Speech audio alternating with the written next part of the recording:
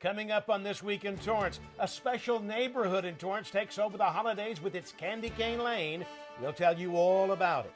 And good news for homeowners. We'll tell you what the latest count is on the Coyote sighting in Torrance.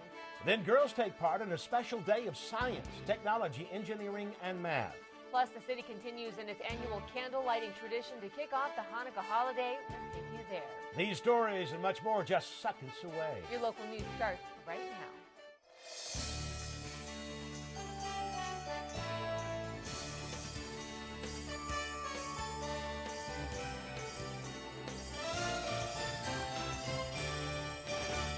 Hello and welcome to This Week in Torrance. I'm Jin Chun. And I'm Ben McCain. Thanks so much for joining us. Here are your top stories.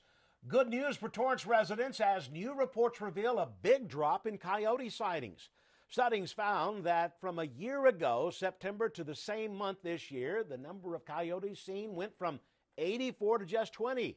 Coyote attacks also decreased from a few to zero. There was also a large decrease in sightings during the month of October and November.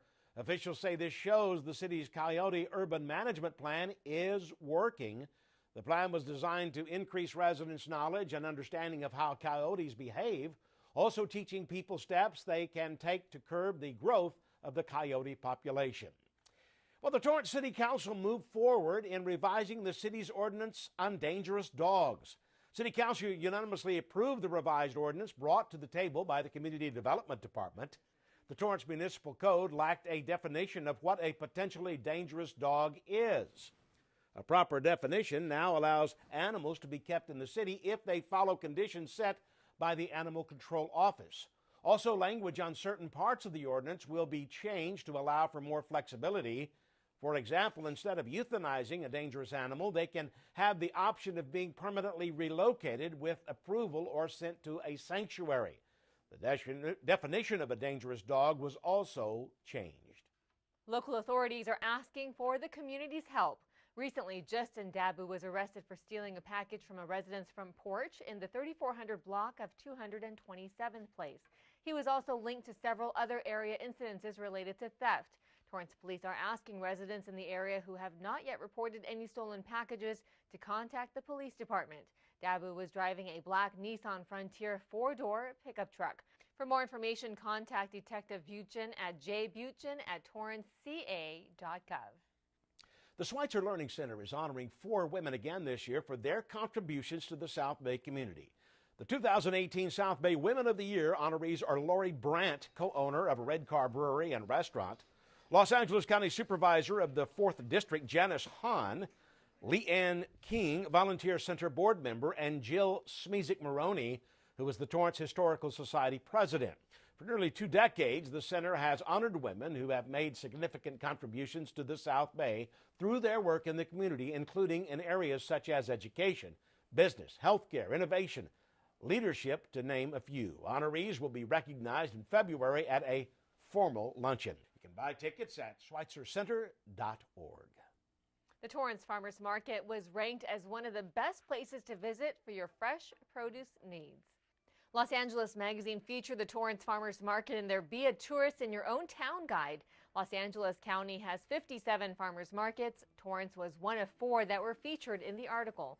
The writer talked about nutrient-packed super greens you can find at Tao Farms, macaroons from Munch Bakery, and much, much more. The Torrance Certified Farmers Market recently revamped their layout to accommodate more vendors, enhance safety, and improve the shopping flow. Each week it carries seasonal produce from 60 California farms. You can find California-grown products including fruits, nuts, vegetables, eggs, honey, baked goods, fish, and cut flowers. That's just to name a few. The Torrance Farmers Market is open Tuesdays and Saturdays, rain or shine, from 8 a.m. to 1 p.m. Don't forget that once you're done with your Christmas tree, it's important to dispose of them properly. The city is requesting residents to use your green waste recycling container to recycle your unflocked tree at any time. Flocked trees can't be recycled. If flocked, it's recommended to cut the tree in half and place it in your black refuse container. Trees 6 feet or smaller can be placed directly into your green waste container and will be collected during normal times. Make sure all decorations are removed from the tree. If you have a larger tree, place it at the curb at least 4 feet from your collection containers by 7 a.m. on your regularly scheduled collection day. A separate truck will pick them up. Christmas tree recycling will start on December 26th and run through January 11th. If you want more information, head to torranceca.gov. Still ahead, thousands of lights are sparkling and making their debut on Candy Cane Lane. Plus, Torrance Memorial Medical Center receives a $22 million donation. We'll be back in just 60 seconds.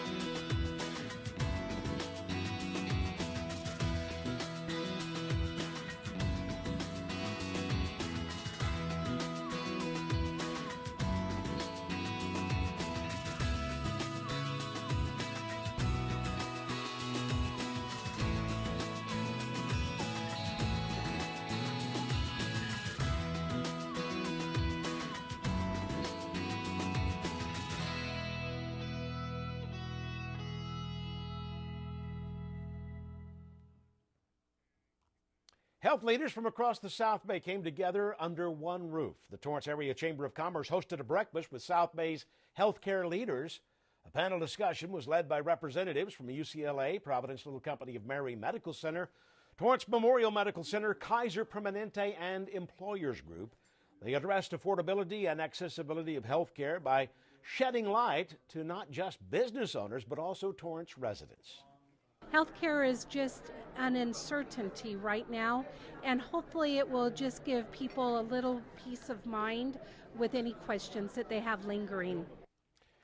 Panelists answered questions about the Affordable Care Act, creating a healthcare system that is not only more affordable but available to more people. Other questions asked were what different healthcare providers are doing to keep health quality high. Well, Torrance Memorial Medical Center hosted a very special luncheon for local boys and girls.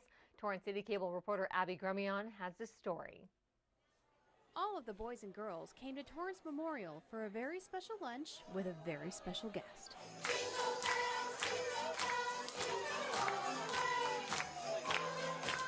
Santa came to Torrance Memorial for his 7th annual lunch with all of the boys and girls in Torrance, complete with crafts and games. It's a great event. The kids and the families love to come here, kick off the holiday season along with the Festival of Trees.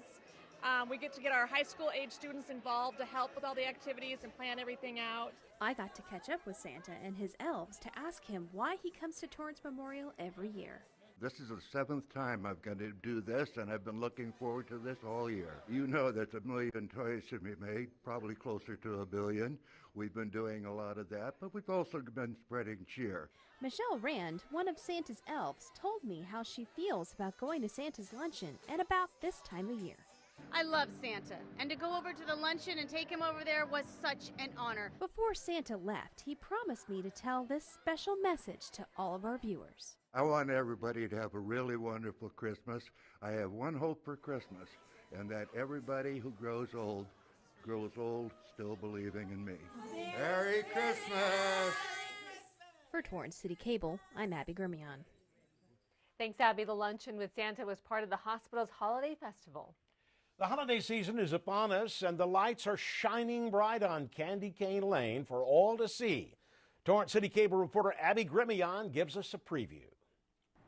As the proverbial stars shone brightly in Candy Cane Lane, people from all across the Southland came in to admire in awe. It was the first time for Hawthorne resident Crystal Jones and Atlanta resident Janae Brown, who until now had never experienced anything quite like this before. Actually, I Yelped it, and I found out that it started today at 6, so I'm here to bring them, and she leaves tomorrow, so I wanted to take her out. It looks very nice. I've never seen this before. I moved to Atlanta last year from New York, but either way, I've never seen anything like this. A thrill of hope, the weary world rejoices as young and old admire the beauty in the night. We come here every year and it's amazing. We get hot cocoa and just hang out with friends, walk down to see all those beautiful lights. Sometimes, like, when me and my mom, like, go shopping, we kind of see the lights, like, a bit. It's pretty. And there was much discussion amongst the children I talked to about how many lights there actually were in Candy Cane Lane. 1,000. How many do you think? 2 million. 67. 6. And as many across the Southland come to Torrance to visit Candy Cane Lane, it's a great reminder at the end of the year that all of our days should be merry and bright. For Torrance City Cable, I'm Abbie Gremillion. Thanks, Abby. If you stop by the area, guests are encouraged to park outside of Candy Cane Lane and walk the neighborhood. Also be aware of congestion and follow traffic laws. Residents ask that trash be disposed properly and to visit between the hours of 6 p.m. and 10 p.m. only. Well, Torrance City Council members kicked off the holiday of Hanukkah. And then there was light. The very first night started with blessings by Rabbi Didi Thomas in front of City Hall. Then one by one, council members turned the lights on the menorah. Attendees also sang along with other city employees to celebrate. We celebrate all of the holidays and all of the religions, and that's what makes Torrance that much greater than so many other cities. We are inclusive. Hanukkah is celebrated over the course of 8 days. Each night, a new candle is lit, followed by special prayers and food. This has become a longtime tradition for the city. A one-of-a-kind book is now on display at the Torrance Historical Society and Museum. For years, the Torrance Rose Float Association has created notebooks every year with memories and information for the city's Rose Float entry. Now these 40 books are now available for the public to see at the Torrance Historical Society, where they will be cared for. Before this transition, the notebooks had been in the basement of the Community Services Department for 15 years. The city has participated in the Tournament of Roses parade since 1914. You can visit the Torrance Historical Society at 1345 Post Avenue in downtown Torrance.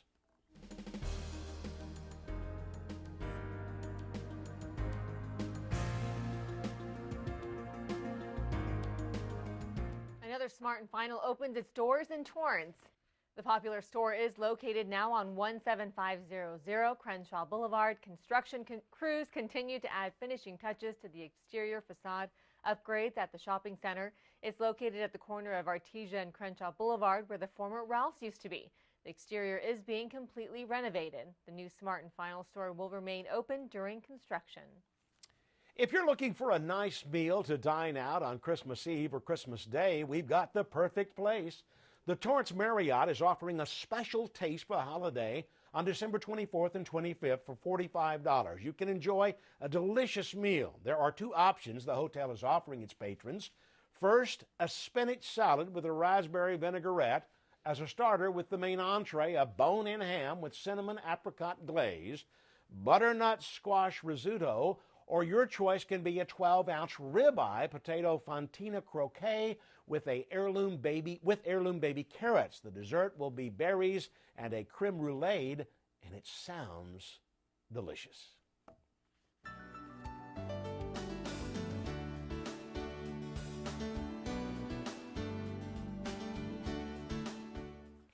Local female students prove they have strong STEM skills too. STEM Mania brought together students from Torrance High School, Madrona, and Hull Middle Schools to compete in engineering design challenges. The goal of these activities is to increase female student participation in science, technology, engineering, and mathematics education. In teams of 3 to 4, they competed in the 3 building challenges. In the first one, the teams were asked to build a paper tower to withstand the forces of wind. Now, Challenge 2 consisted of building a catapult from supplied materials that launches ping pong balls to knock down towers of paper cups. And the last one, the students were asked to build a boat out of aluminum foil that could hold the most cargo of pennies and marbles. The teams got 50 minutes in each challenge. Then their final product was tested and scored. Well, today we came in not really knowing what we were going to build, so we were given the challenges like on the spot, and we had to build something and it had to complete a task. We only did 2 so far, but today has been really fun because we're on teams with our friends and we got to build different things. An award ceremony was held at the end of the event.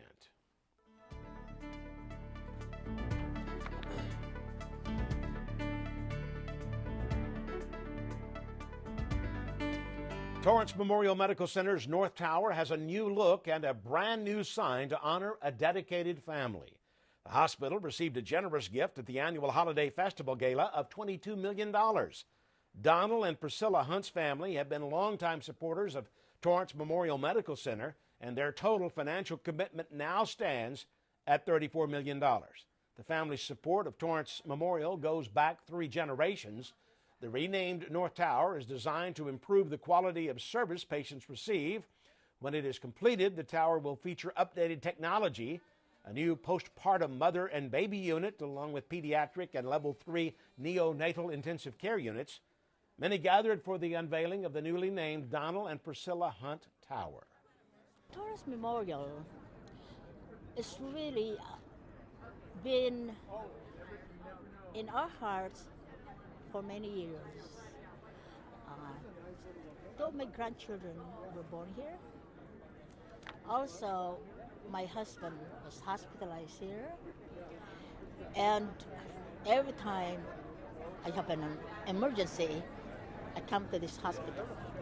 It's like a family type of environment.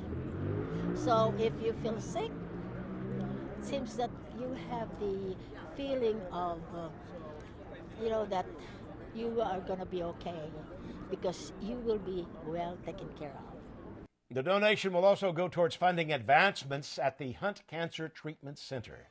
Still ahead, upcoming events happening right here in the city. Plus a preview of what to expect on the next episode of the Sports Desk. You're watching This Week in Torrance.